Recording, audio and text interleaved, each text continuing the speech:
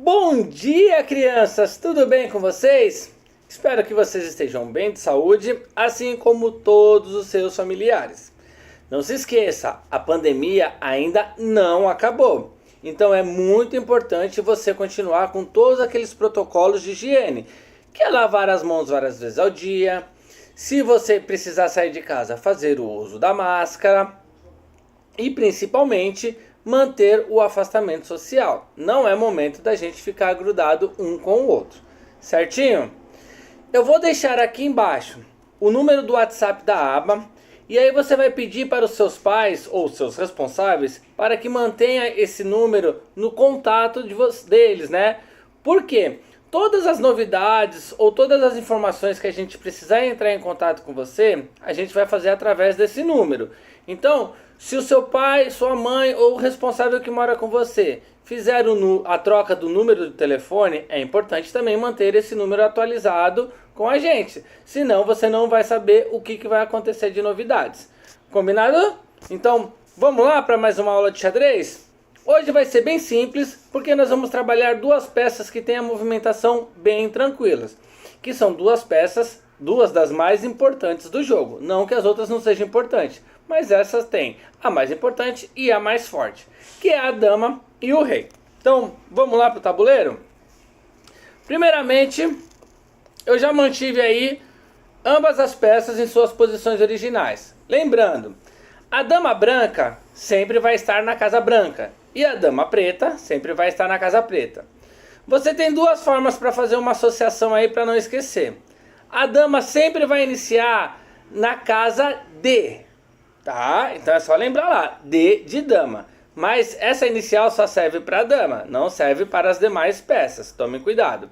E o rei sempre vai iniciar na casa de cor diferente dele. Se ele é branco, vai para a casa preta. Se ele é preto, vai na casa branca. Então, tomem cuidado, que é normal a gente ver algumas pessoas se confundirem aí, achando que a dama tem que ficar de frente para o rei, ou que ela tem que ficar na outra cor. Não, a dama inicia na mesma cor dela. Então você lembra assim, primeiro as damas, na hora de você colocar no tabuleiro. E aí você já vai direto na cor, que aí você não vai errar. Combinado? Então, vamos iniciar pela dama. A dama é a peça mais forte do jogo, tá bom? Por que ela é a mais forte? Porque nos movimentos dela, ela consegue fazer o movimento da torre do bispo, né? Que é ir para frente, para trás, para a direita, para a esquerda e nas diagonais. Ela pode andar quantas casas tiverem livre. Então, um exemplo aqui, ó. Essa dama branca, ela tá aqui, ó, na direção da dama preta. Ela pode ir até lá e capturar se ela quiser, certo? O que mais que ela pode fazer? Vou colocar ela aqui no meio. Ela pode vir para a direita, ela pode ir lá para a esquerda, para trás e para a frente, como eu já mostrei. Ela pode usar a diagonal, a outra diagonal, para trás e para a frente também. Essas são todas as movimentações da torre. Como ela captura, Cássia? Ela pode pegar mais de uma peça? Não, nunca vai poder pegar mais de uma peça, seja qual for a peça. Então nessa situação aqui, ó, observamos que essa dama branca está na direção desse cavalo preto. Ah, mas ela está na linha do peão. Não, o peão está protegido justamente pelo cavalo. Ela vem até o cavalo e faz a captura. O preto joga, será a vez dela, se ela quiser, ela vem aqui depois e captura o peão. Ah, mas então ela ficou na direção da dama preta? Ficou, porque ela anda na diagonal. Aqui, ó. Essa é a movimentação da dama. Bem tranquilo, bem simples. Então a gente pode observar aqui, ó. Vamos supor que ela está praticamente cercada aqui por duas peças dela. Vou mais uma aqui, ó, só para mostrar. Essa dama está presa? Não, porque ela anda na diagonal, basta ela vir para cá, ó. Andou apenas uma casa, que era o que tinha livre. Então, lembrando, ela não pode pular nenhuma peça, certinho? Então, essa era a movimentação da dama. E o rei? O rei tem a mesma movimentação da dama, porém, ele só pode andar uma única casa. Então, ele pode andar para frente, para trás, para a direita, para a esquerda, para a diagonal, para outra diagonal, diagonal para trás. Ou seja, ele pode andar em qualquer casa livre em volta dele, sempre respeitando apenas uma casa. Ele só pode andar uma casa. O que não pode acontecer com os reis? Os reis são as únicas peças que não se capturam, mas eles se cercam. Então ele é importante para cercar as casas em volta, para outra peça ir lá e dar o checkmate no rei. Porém, ele sempre vai ser obrigado a ficar uma casa de distância. Por isso que o rei não pega outro rei.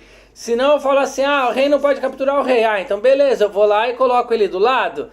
Não, ele não pode capturar justamente porque é obrigado a manter uma casa de distanciamento.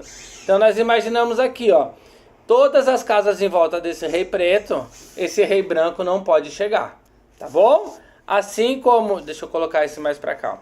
Assim como todas as casas em volta desse rei branco, esse rei preto também não pode chegar. Por isso que um rei não pega o outro rei, porque ele é obrigado a ter uma casa de distanciamento. Cássio, mas como assim ele serve para cercar? Vou aqui dar o exemplo, Se eu tiver com esse rei aqui, você concorda que esse rei preto está cercando essas duas casas? Por quê? Porque ele não pode, o rei branco não vai poder se aproximar dele. Então nessa situação, o que a dama preta faria? Bastaria ele vir aqui, que ele daria checkmate nesse rei branco. Por que, Cássio, checkmate? Porque essa dama estaria na direção, colocando ele em xeque, né? Então ele está aqui, na direção.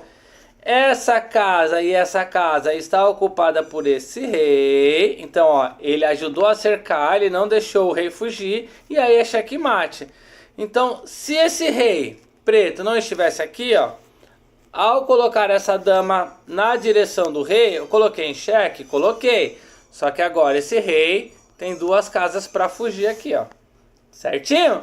Então é por isso que um rei não pode pegar um outro rei. Porém, ele pode ajudar a cercar para que outra peça dê o checkmate nesse rei. Tranquilo? E o rei é o que então no jogo? É a mais importante.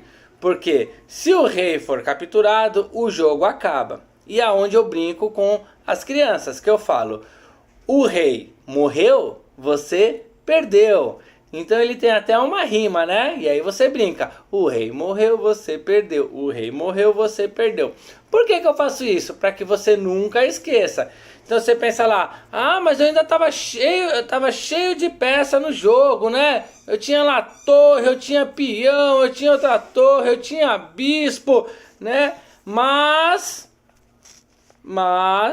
o meu rei, o rei preto, foi capturado, o jogo acaba.